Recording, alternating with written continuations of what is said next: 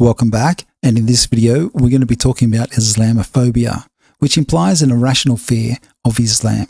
Or has the Australian government, the United Nations and Amnesty International provided enough evidence to be skeptical of people who follow the Islamic doctrine, especially in its fundamental 7th century context?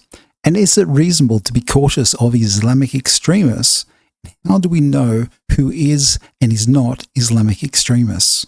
Have a listen and let's have a look. Let me know in the comments what you think.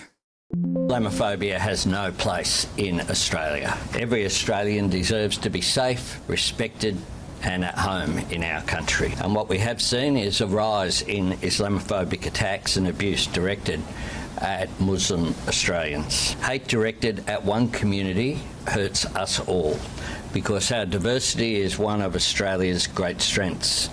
And we won't, as a nation, let hatred divide us. Everyone remembers the atrocities of Bondi and those responsible for its extremist activities. How do we know which Islamics are not extremists? It is a fair question, and it is a public concern. Why are some Islamic believers set on destruction of our Australian society while others are not? Is there such thing as Islamophobia?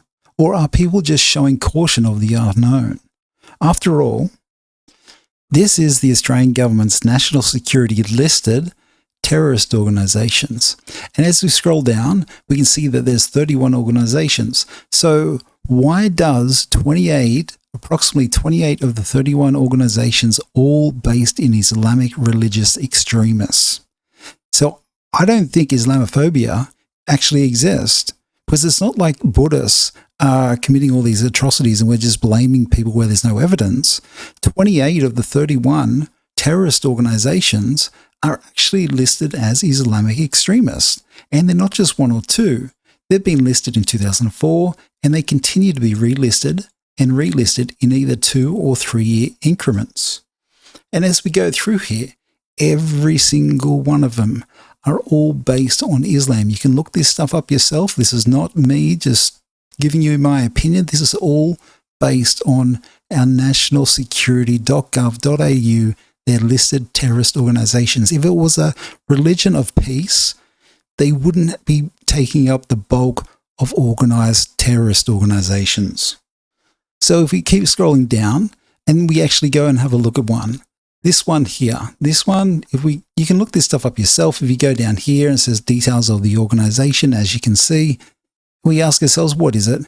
This particular one is a Pakistan-based Sunni violent extremist organization that uses violence in pursuit of its stated objective of uniting the Indian with Pakistan under a radical interpretation of Islamic law. Now, how do we bring in a lot of Pakistan as well as Middle Eastern? How do we know that these extremists are not coming into our country? 1,000 people per day by millions over the last 5 years that have nothing to do with these organizations. I think based on the previous Bondi activities that have taken place in this country, it's safe to say that there are some extremists that have come into this country, and being a little bit skeptical in life preservation, and especially as a public affair, that it's reasonable to be cautious of this. They are listed as terrorist organizations on the Australian government's website. That's not my opinion. That's an actual thing. And it goes on to say their objectives include establishing an Islamic caliphate across the continent. And the actual organization has declared that democracies, like Australia, is antithetical to Islamic law. That means that Islamic law is antithetical to Australian democracy, and that its jihad requires work to turn Pakistan itself into an Islamic state. So how do we rationally and logically know that that's not taking place in Australia? It's not like it's a Buddhist foundation and nothing has happened and they've done nothing and we're just sort of like, victimizing them or something like that. I have genuine concern. I'm sure people in the capital cities have genuine concern, because this is a real terrorist organizations that exist. And we are bringing a large volume of mass migration into the country that do have these backgrounds. So what does this particular organisation and their links to Australia and threats to Australian interests? Well, it says here Australians could be targeted and harmed by attacks directed at others, particularly mass casualty attacks against soft targets such as hotels, transport infrastructure, and tourist sites. This example was in Mumbai, which killed 2 Australians. But it also goes on to say that Australians with links to this organisation that we're just talking about have also planned attacks in Australia. In 2007, a French court convicted a French national for planning terrorist attacks in Australia. In 2003, in conjunction with this terrorist organisation, suspected chief of external operations was also convicted of planning acts of terrorism in 2006, and then in 2008, lost an appeal in the High Court of Australia to have his case overturned. So these actually do offer real threats to our way of life. We can't call that Islamophobia because it's a rational fear. Hey, I'm feared of being blown up. I'm feared of, because I don't believe in the Quran. So why should I have my life cut short because of this sorts of planned terrorism in Australia? Is that irrational? Let me know in the comments. I kind of think it's reasonable. But let's continue and listen to what he and she has to say. Islamophobia in Australia isn't new. Muslim Australians of my generation will tell you that we've lived with it for most of our lives. But for the first time in my life, there is a government that is talking about it. There is a government that's recognised it, and there is a government that's doing something about it. This response that we are presenting here today is more than just about policy. It's a response about people. It's a response that says that Islamophobia is not just a religious issue, it's an Australian issue. When you go into any childcare centre or any... So I bring it back to this. Why is it that there's no Buddhist terrorist organization, there's no Christian terrorist organization, there's no Catholic terrorist organizations, there's no Anglican or any other church-based organizations on this terrorist list? Why is it predominantly only Islamic organizations that are actually on our national security list? That is a major red flag that there's something in the Quran, the Hadith, the Sharia that is causing major issues in people's thinking, and that they want to engage in terrorist organizations and acts. This is quite alarming, especially with the recent reports of the ISIS brides coming back to Australia and the atrocities that they've engaged in while overseas that have been alleged.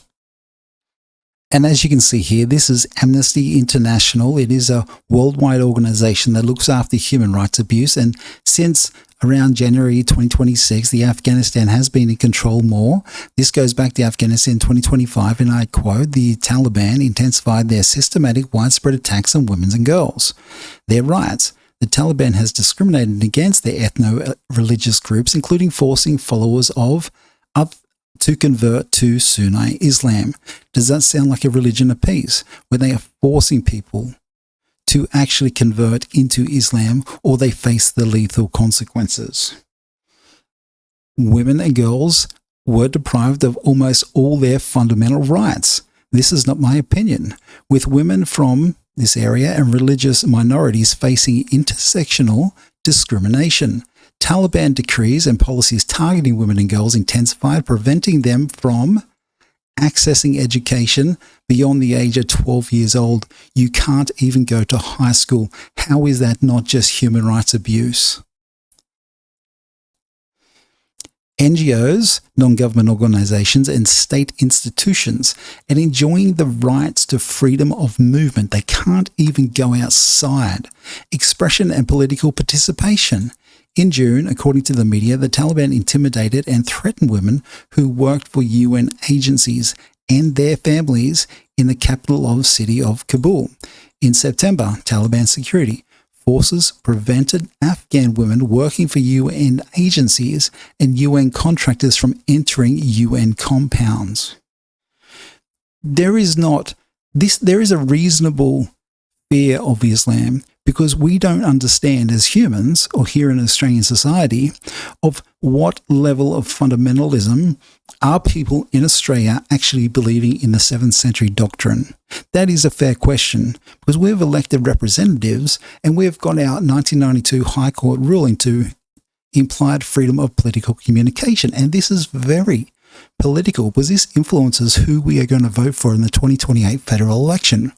Do we want to keep bringing people that potentially have links to the terrorist organisation on the Australian government's national security website, especially from countries like Afghanistan, where they are systematically enforcing Sharia law onto people? Like, we don't want the jihad that the Australian government national security agency talks about. We don't want that in this country. We've already seen what's happened in Bondi with a mass killing of innocent people on our beautiful beaches. We don't want any more. And we need to take steps to protect ourselves.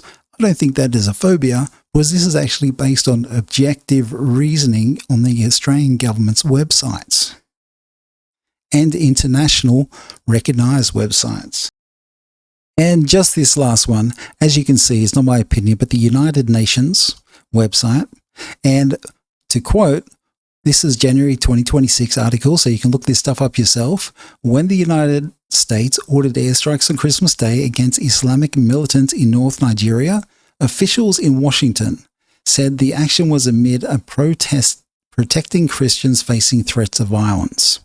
The crisis began in the northeast in 2009 with an insurgency led by the jihadist group Boko Haram, which is on our terrorist watch list, later joined by splinter factions including the Islamic State West Africa. Nearly 2 decades, the violence has reshaped large parts of the country, with more than 2 million people displaced in the northwest alone. The human toll is thought to be more than 40,000 Christians being exterminated. Like, how do we know as Australians, out of the whole 54 countries in Africa and 3,500 different cultures, that which ones are Islamic extremists linked to any of the 25 or 28 terrorist organizations that on our national security list? We simply don't know. We should be taking much more in-depth measures to ensure the safety of Australian citizens, to ensure that we can credibly check their backgrounds as far back, preferably till they're 16, so we have an understanding of who's coming in here. We don't live in ignorance, but we have built a beautiful lifestyle, and we want to maintain that lifestyle. And that's what we should be voting people in, like One Nation, that actually want to maintain our lifestyle. We don't want to turn our country into a third world country. We want to maintain the stunning place that is actually a very well-developed country. But I'll leave it there. Let me know what you think in the comments, and I'll see you on the next one.